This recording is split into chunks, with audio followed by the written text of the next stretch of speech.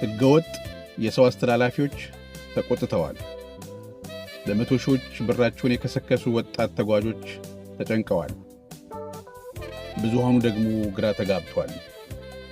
ቦሌ ዓለም አቀፍ አውሮፕላን ማረፊያ ምን ተፈጠረ? እውን የዱባይ ጉዞ ተዘግቷልን? ጤና ይስጥልኝ ጋይስ። መልሱ በአጭሩ ተዘግቷልም አልተዘጋምም ነው። አዎ በየቀኑ ብዙ አየር መንገዶች ከአዲስ አበባ ወደ ተባበሩት አረብ ኤሚሬትስ መብረራቸውን አላቆሙም። በሳምንት ከ50 በላይ በረራዎች አሁንም እየተደረጉ ነው። ግን ተዘግቷል አልተዘጋምም ስንል ምን ማለታችን ነው? አዎ ተዘግቷል። የተዘጋው ግን የመንግስት ሕግና መመሪያ ከሚፈቅደው ውጪ በግላቸው የሥራ ቪዛ ይዘው ለሚቀርቡት ተጓዦች ነው። አዎ ተዘግቷል። የተዘጋው ግን የቪዛ አይነታቸውን በፎርጅድ ቀይረው የቪዚት ወይም የጉብኝት አስመስለው ለሚቀርቡት ነው። የዱባይ ደላሎች እጅግ ደፋር ናቸው። they have gone too far።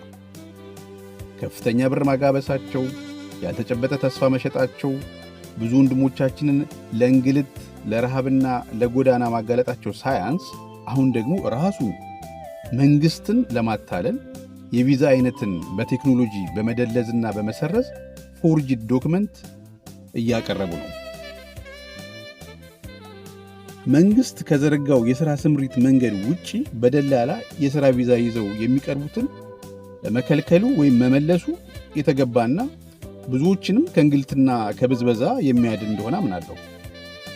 በተጭበረበረ ዶክመንት የሥራ ቪዛውን የቪዚት ቪዛ አስመስለው የሚቀርቡትን ተጓዦች ግን አለማሰሩና በሕግ አለመጠየቁ ምናልባት የተጓዦቹን በሌላ አካል መጭበርበር በመገንዘቡና ሆደ ሰፊ በመሆኑ ሊሆን ይችላል ብዬ አስባለሁ።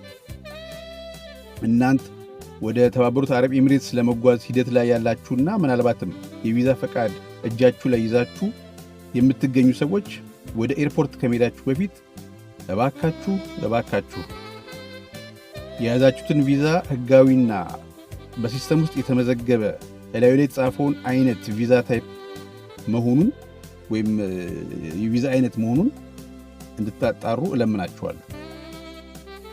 አሁንም ላረጋግጥላችሁ የሚፈልገው ትክክለኛ የቪዚት ቪዛ የያዘና የተቀመጠውን መስፈርቶች ያሟላ ማንኛውም ተጓዥ አለምንም እንግልት ወደ ዱባይና ሌሎች ኤሚሬቶች መብረር ይችላል። ስለዚህ አልተዘጋም። አንዳንዶች አዎ የኔ የቪዚት ቪዛ እያለ ኤርፖርት ግን ያሉት ኦፊሻልስ አትበርም ብለው መለሱኝ የምትሉ እንዳላችሁ ገነዘባለሁ። ብዙም ጥያቄ እንደዛ አይነት ደርሶኛል። እባካችሁን ወረቀቱ ላይ የተጻፈውን ሳይሆን ሲስተም ላይ የተመዘገበውን ነገር አጣርታችሁ እወቁ። ወረቀቱ ላይማ ኤዲት እየተደረገ ፎርጅድ የተሰራ እየተሸጠላችሁ ስለሆነ ማለት ነው። የያዛችሁት ትክክለኛ ቪዚት ቪዛ ይሁን ኤምፕሎይመንት ቪዛ ይሁን ምንም የምታውቁበት መንገድ የለም፣ ሲስተም ውስጥ ገብታችሁ ቼክ ካላረጋችሁ። አንዳንዶች ደላሎችና የጉዞ አማካሪዎች እንደሚያስቡት የ60 ቀኑ የቪዚት ቪዛ ከስራ ቪዛው ጋር አንድ አይነትና መለየት የማይቻል አይደለም። የመንግስትም ሰራተኞች ያውቁታል፣ አየር መንገዶቹም ያውቁታል። ሲስተም ላይ በግልጽ የተቀመጠ ነገር ስለሆነ ማለት ነው። እንደውም እዚህ ላይ አሁን መዘርዘሩ ለሌላ ማጭበርበር በር ይከፍታል እንጂ የእያንዳንዱ የቪዛ ፋይል ቁጥር ፎርማቱ ራሱ ቁጥሩን ብቻ በማየት ማለት ነው ቪዛው መቼ ከየትኛው ኤሚሬትስ ለምን ዓላማ እንደወጣ ይናገራል። በፎርማቱ ብቻ ማወቅ ይቻላል፣ ልምዱ ላላቸው ሰዎች ማለት ነው።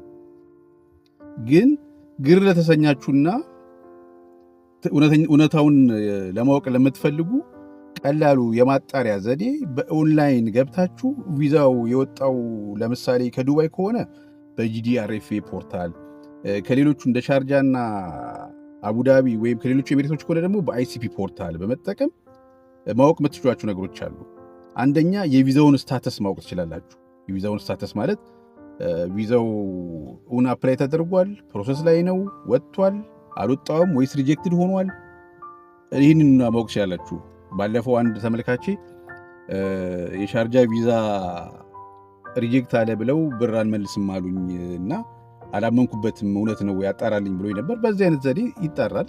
አጋጣሚ እዚህ ልጅ እውነትም ሲስተሙ ላይም ሪጀክትድ ሆኖ አይቼ ነግሬዋለሁ፣ ሪጀክትድ መሆኑ እና ፖርታሎች ላይ በመግባት አንደኛ የቪዛውን ስታተስ ማወቅ ትችላላችሁ።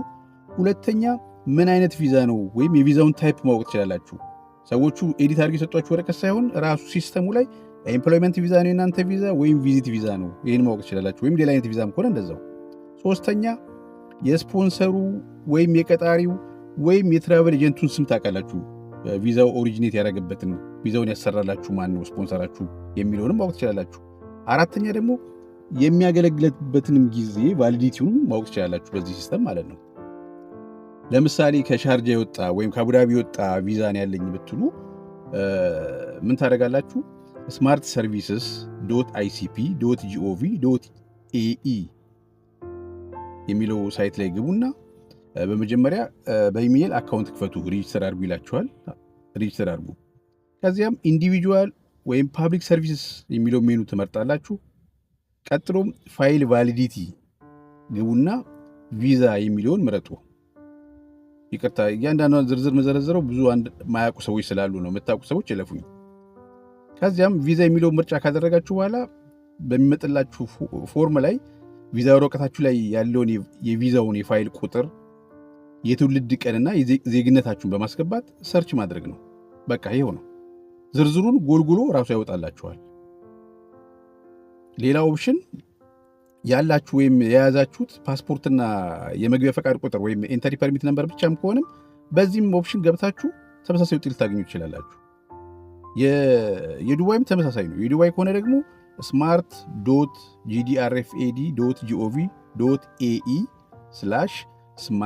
smart.gdrfad.gov.ae/smart_otc ሰርቪስስ ፖርታል የሚለው ዌብሳይት ላይ ገብታችሁ ያው እንደ መጀመሪያው እዚህም ላይ በኢሜል ተመዝግባችሁ ቪዛ ስታተስ ኢንኳየሪ የሚለው ሜኑ ትጫኑና እዛ ላይ የሚሰጣችሁን ትዕዛዝ በመከተል የሚፈልገውን መረጃ በማስገባት ዝርዝር መረጃ የፈለጋችሁትን ማወቅ ትችላላችሁ። ቅድም ልጠቀስኩላችሁ ማለት ነው። ይሄው ነው። በቀላሉ እንደዚህ አድርጋችሁ ከብዙ እንግልት ራሳችሁን ማዳን ትችላላችሁ። ለዛሬ እዚህ ላይ ያበቃው።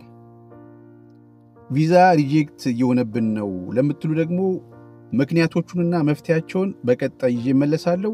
ፎሎውና ሼር ማድረግ አትርሱ። ጤና ይስጥልኝ። ማሰላማ